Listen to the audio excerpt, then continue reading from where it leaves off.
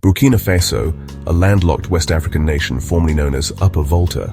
has a history that stretches back thousands of years, reflecting the rich interplay of indigenous cultures, powerful kingdoms, colonial imposition, and post-independence struggles that have shaped its identity today. Archaeological evidence suggests that the territory of present-day Burkina Faso has been inhabited since at least 14,000 BCE, with early communities practicing hunting, gathering, and later agriculture as part of the Neolithic Revolution, and by the first millennium CE, the region became home to numerous ethnic groups, most notably the Mossi, who would come to dominate its political and social structures for centuries. As the Mossi kingdoms, including Ouagadougou, Yatenga, Tenkodogo, and Fada Ngurma, rose to prominence between the 11th and 15th centuries, establishing hierarchical systems of governance led by emperors known as Mogho Nabas, who exercised authority through elaborate court rituals, military campaigns, and alliances. Despite periodic conflicts with neighboring states such as the Songhai Empire and incursions from Muslim states along the Sahel, the Mossi kingdoms retained their autonomy and resisted Islamization to a large degree, though over time Islam spread gradually through trade, intermarriage, and scholarship, particularly in the eastern and northern regions, and thus Burkina Faso developed a dual religious tradition in which Islam, Christianity, and indigenous beliefs have long coexisted, shaping the cultural fabric of the nation. While in terms of economics, the Mossi kingdoms relied on agriculture, craft production, and trade routes that connected them to major West African centers, such as Timbuktu and Gao. The pre-colonial period was also marked by the development of distinct artistic traditions, oral literature, and social norms that emphasized communal solidarity and kinship ties, which remain vital in Burkinabe culture to this day. The advent of European colonialism in the late 19th century fundamentally altered the trajectory of the region, as French forces, motivated by imperial competition during the Scramble for Africa, launched expeditions into the area and by 1896 had subjugated the Mossi kingdom of Ouagadougou, forcing the Mogo Naba to accept French authority. And over the next decade, France consolidated control, incorporating the region into French West Africa as Upper Volta in 1919, after a series of administrative reorganizations that saw parts of the territory temporarily absorbed into neighboring colonies, such as Côte d'Ivoire, Mali, then French Sudan, and Niger. The colonial system imposed by the French disrupted traditional authority, exploited the local population through forced labor, heavy taxation, and compulsory military service,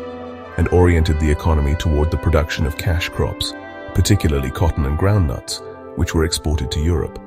while many Burkinabe were sent to work as migrant laborers in Côte d'Ivoire and Ghana, establishing migration patterns that persist today. Colonial rule also introduced Western-style education, Christianity, and new forms of administration, though these developments were unevenly distributed and often served to reinforce French control rather than promote local empowerment. Despite repression, local resistance movements emerged, ranging from armed revolts to subtle forms of cultural resistance. And during World War II, thousands of Burkinabe soldiers fought in the French army, an experience that exposed them to new political ideas and laid the groundwork for anti-colonial activism. By the 1940s and 1950s, nationalist movements were gaining momentum across Africa, and in Upper Volta, political parties such as the Voltaic Democratic Union, UDV, and the African Democratic Rally began pressing for greater autonomy, culminating in 1960, when Upper Volta achieved full independence from France under President Maurice Yameogo, who quickly established a one-party state, suppressed opposition, and aligned closely with France. But his authoritarian rule and unpopular economic policies led to mass protests and his overthrow in 1966 by a military coup led by General Sangoul Lamizana, inaugurating a period of chronic instability marked by alternating military and civilian governments, constitutional experiments, and persistent economic struggles exacerbated by drought, desertification, and dependence on subsistence agriculture. Throughout the 1970s and early 1980s, Burkina Faso faced a series of crises that undermined public confidence in leadership, creating conditions ripe for radical change, which arrived in 1983 when a group of young officers led by Captain Thomas Sankara seized power in a coup d'etat and launched a revolutionary program that remains one of the most celebrated chapters in African history. as Sankara, a charismatic Marxist-inspired leader, renamed the country Burkina Faso, meaning land of upright people, symbolizing a break with colonial legacies, and implemented sweeping reforms aimed at promoting self-sufficiency, social justice, and anti-imperialism, including massive vaccination campaigns, nationwide literacy programs, land redistribution, the empowerment of women through policies against forced marriage and female genital mutilation, and efforts to reduce corruption and reliance on foreign aid, while also promoting Pan-African solidarity and resisting domination by global powers. Although Sankara's policies brought significant improvements in health, education, and national pride, his radical style, confrontations with traditional elites, and growing tensions with neighboring states created enemies. And in 1987, he was assassinated in a coup orchestrated by his former ally Blaise Compaoré, who took power and reversed many of Sankara's policies, realigning Burkina Faso with France and Western institutions while maintaining a facade of democracy. Compaoré ruled for 27 years, using patronage, repression, and constitutional manipulation to stay in office,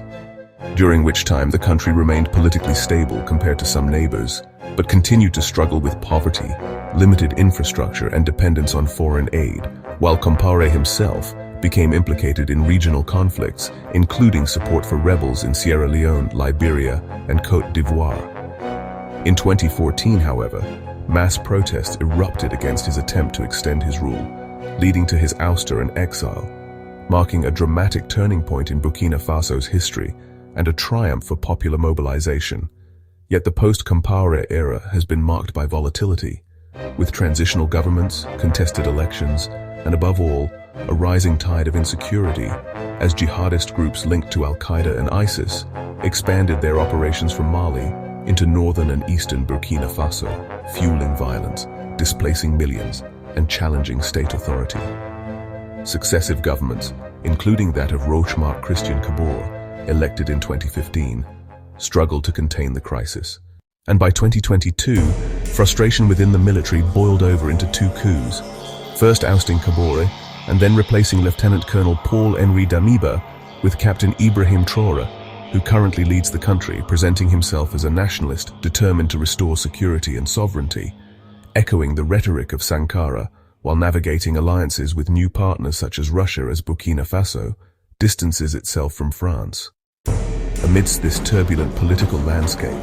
the people of Burkina Faso continue to demonstrate resilience, drawing on long traditions of communal solidarity, cultural vibrancy, and resourcefulness,